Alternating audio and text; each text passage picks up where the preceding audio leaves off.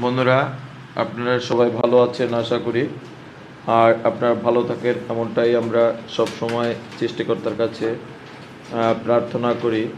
আমাদের পরিবারের সকল সদস্য যে যেথায় আছেন সুস্থ থাকেন। আমরা আজকের যে ক্লাসটি আমরা এখানে পরিচালনা করেছি, এই ক্লাসের পরীক্ষার সাথে সাথে তাদের একটি 5 মার্ক বা 10 মার্কের একটি বিষয়ের উপরে তাদের লিখতে দেওয়া হয়।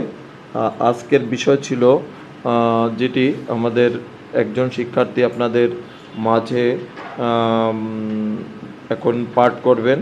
আপনারা শুনবেন তার নিজের স্থান থেকে। এটি আগে থেকে বলে দেওয়া হয় না, যার যার স্থান থেকে তার নিজের বলতে হয়, উপস্থিত মতে তার লিখতে হয়। কালকে পরীক্ষায় যে আসলে কী আসবে এটাও তার ধারণা নাই। তাই আমরা এ ধরনের প্রশ্ন যদি করি তাহলে তার নিজের ভিতরে কিছু জ্ঞান বৃদ্ধি হয়। কারণ সে যে কোনো পরিবেশে গিয়ে একটি কিভাবে কথা বলতে হবে, আর যখন একটা পরিবেশে 10 জন শিক্ষার্থী থাকে তখন 10 রকমের তাদের ভিতরে লেখাটা তৈরি হয়। তার ভিতর থেকে 10 রকমের যখন লেখাটা তৈরি হবে তখন 10 জনার লেখা 10 রকমের হবে। অতএব 10টা লেখা যখন এখানে এভাবে তারা পড়বে তখন তার ভিতরে 10 জনার চিন্তা চেতনা তার ভিতরে এটি যুক্ত হয়ে একটি মেধা বিকাশের কার্যক্রম বৃদ্ধি হবে, এমনটা আশা করি। আমরা এ ধরনের পরিচালনা করার চেষ্টা করি। স্বর্ণা, আপনি আজকের বিষয় ছিল কি এটা বলবেন এবং সেটি পাঠ করবেন। আজকে আমাদের শেষ প্রশ্ন ছিল ইফটিজিং বলতে কি বোঝো, ইফটিজিং এর প্রতিরোধ কিভাবে করা যায়। ইফটিজিং বলতে বোঝায় কাউকে উত্ত্যক্ত করা। যখন কোনো মেয়ে স্কুলে যায় কিংবা অন্য কোথাও, তখন একদল বখাটে ছেলে তাদের রাস্তায় যাতায়াতে বাধা দেয়, তাদের সাথে অসৎ আচরণ করে, এগুলোকেই বলা হয় ইফটিজিং।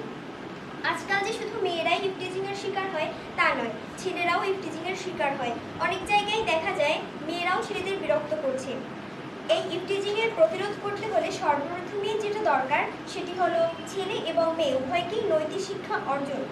কোনো ভদ্র ছেলে মেয়ে কখনো ইফটিজিং করতে পারে না, এজন্য উচিত প্রত্যেকের সুশিক্ষা অর্জন। যদি এরপরেও ইফটিজিং এর হার কমানো না যায় তবে এর বিরুদ্ধে অবশ্যই আইনের ব্যবস্থা নিতে হবে।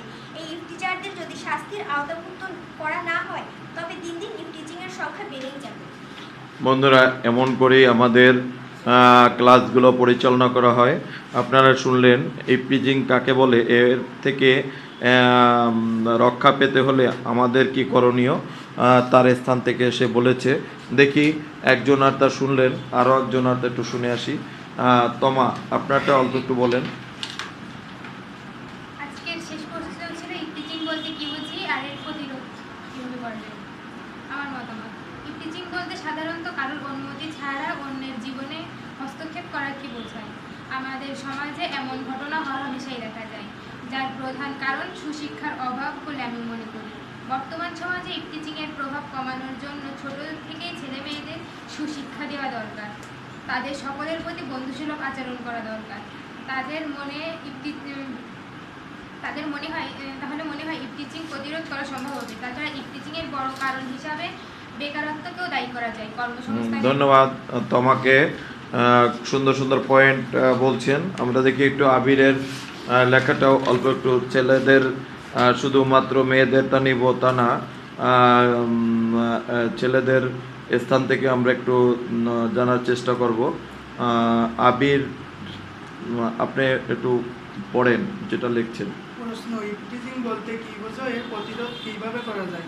ইফটিজিং বলতে বোঝায় রাস্তাঘাটে বখাটে ছেলেরা মেয়েদের বিরক্ত করে এমন কাজ। নিম্নে আমি ইফটিজিং প্রতিরোধের উপায় তুলে ধরছি। ইফটিজিং একটি খারাপ কাজ, আমাদের সকলেরই খারাপ কাজ থেকে বিরত থাকতে হবে। পথঘাটে যেসব বখাটে ছেলেরা মেয়েদের বিরক্ত করে তাদেরকে আইনের আওতায় এনে কঠিন শাস্তি দেওয়া উচিত। তাদের বোঝানো উচিত যে আমাদের সমাজে নারীদেরকে মায়ের সমান সম্মান দেওয়া হয় এবং দিতে হবে। এজন্য আমাদের সমাজে ইফটিজিংয়ের সাথে যারা জড়িত তাদেরকে আইনের আওতায় এনে শাস্তি দেওয়া উচিত বলে আমি মনে করি। সুন্দর। বন্ধুরা, এভাবেই আমরা ক্লাস পরিচালনা করি। তাতে আমাদের বিগত বছরের যে শিক্ষার্থীরা যাতে এই বয়সে এসে তারা নিজেরাই জানার চেষ্টা করুক যে আসলে এই ইফটিজিং একটি খারাপ কাজ এবং এটি ছেলে হোক মেয়ে হোক এ থেকে বিরত থাকা উচিত এবং এটা যারা যারা এ ধরনের কার্যকলাপ করে তাদেরকে আমরা কখনো বন্ধু তৈরি করব না এবং এই ইফটিজিংয়ের জন্য কত মেয়ে জীবন দিয়েছেন এবং কারা কারা জীবন দিয়েছেন তার একটি তালিকা আছে। আপনারা অবশ্যই গুগলের সহযোগিতা নিয়ে এই বিষয়গুলি একটু দেখবেন। এজন্য অবশ্যই আইন আছে, আইনের বিষয়টা কি আছে এবং কত সালে আইন পাশ করেন এই বিষয়গুলো যদি আপনি একটু তুলে ধরেন তাহলেই আপনার লেখাটা আরও সুন্দর হবে এবং সবার পয়েন্টগুলো একটু যুক্ত করে এরপরে দেখা যায় সন্ন্যার যেটু ভালো হয়েছে, তমার যেটু ভালো হয়েছে, তারপরে আবিরের যেটু ভালো হয়েছে, এখান থেকে সব যুক্ত করে পরবর্তীতে আবারও একটি লেখা যদি আমি কখনো পরীক্ষায় চেয়ে থাকি তাহলে সেই পরীক্ষায় সেদিনকারে আরও ভালো আপনাদের কাছ থেকে আমি প্রত্যাশা করি যে এই বিষয়টির কনসেপ্টটা তাহলে আরও সুন্দর হবে। এমনটা চিন্তা করেই আমরা এই ভিডিওটা এখানেই শেষ করছি। সবাই সুস্বাস্থ্য মঙ্গল কামনা করে আমরা পরবর্তীতে আবারও এরকম একটি ক্লাস আপনাদের সুন্দর করে একটি ক্লাস উপহার দেওয়ার প্রত্যাশা রেখে ভিডিওটা শেষ করছি।